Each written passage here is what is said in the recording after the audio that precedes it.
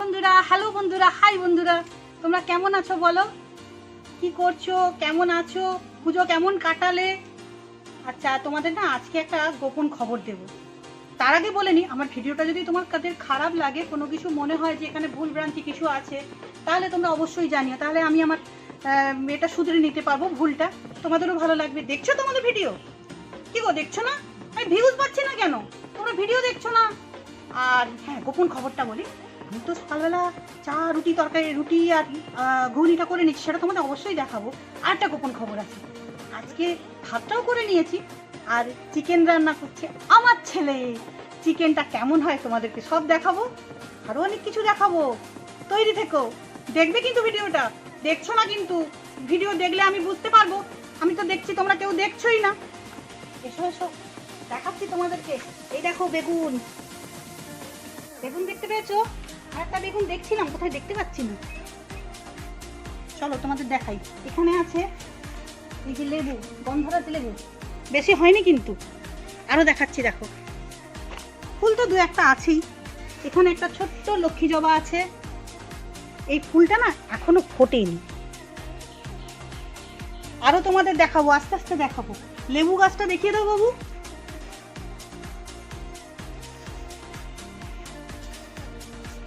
লেবুটা দেখছো? এরকম আছে, ওই সাইডেও কিছু কিছু আছে এখনো। এবারে খুব একটা বেশি হয়নি, কারণ গাছের তলায় মাটি একদম নেই। গাছের তলায় মাটি না থাকার জন্য পুরো খালের সাইডে গাছটা ঝুলে আছে, আর পাঁচিলের ওপরে গাছটা ভর দিয়ে আছে, যার জন্য এবারে ফলনটা খুবই কম। তবু যেটুকু হয়েছে সেটুকু সবাইকে দিয়ে খাচ্ছি, ঠাকুরকেও দিয়ে খাচ্ছি। চলো বন্ধুরা, আবার তোমাদের সঙ্গে দেখা হবে।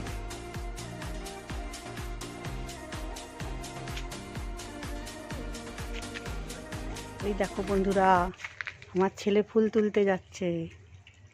রান্না করছিল, রান্না চাপিয়ে দিয়ে এখন ফুল তুলতে যাচ্ছে। কিরে বাবু, তো রান্না হলো? একটু ফ্লেভারটা অন্যরকম লাগছে। কত বাকি রে? ডিমের ডালনাটা এখনো হয়নি, ভুলটা তোল।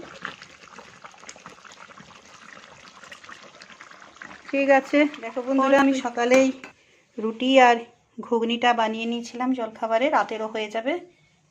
আর এই যে ডিমের তরকারি, ভাত, মাংসটা এখনো হচ্ছে, ওটা হয়ে গেলে দেখাবো। স্যালাড কেটে রেখেছি,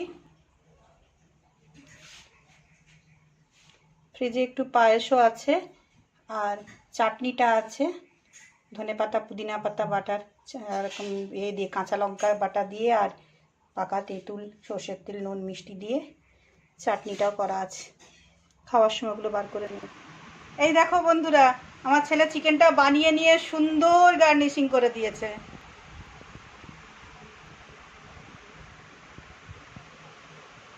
দেখে বলো কেমন লাগছে, খেয়ে তো আর বলতে পারবে না। তোমাদের সবাইকে নিমন্ত্রণ জানালাম, তোমরা যদি খেতে চাও একদিন চলে এসো, আমার হাতের বা আমার ছেলের হাতের রান্না খেয়ে যাবে। এই কালারটা কেমন হয়েছে দেখে বলো। যদিও খুব বেশি রিচ করেনি, কেন আমি এখন বেশি রিচ খেতে পারি না। ও একটু পছন্দ করে, কিন্তু আমি খেতে পারি না বেশি, তাই খুব একটা বেশি রিচ করেনি আমার কথা ভেবেই। ঠিক আছে, এখনকার মতো আমি আমার ব্লগটা এখানেই শেষ করলাম। আজকে আসি, আবার কালকে আসবো তোমাদের কাছে। তোমরা এভাবেই আমাকে ভালোবেসো, আশীর্বাদ দিও, পাশে থেকো। টাটা।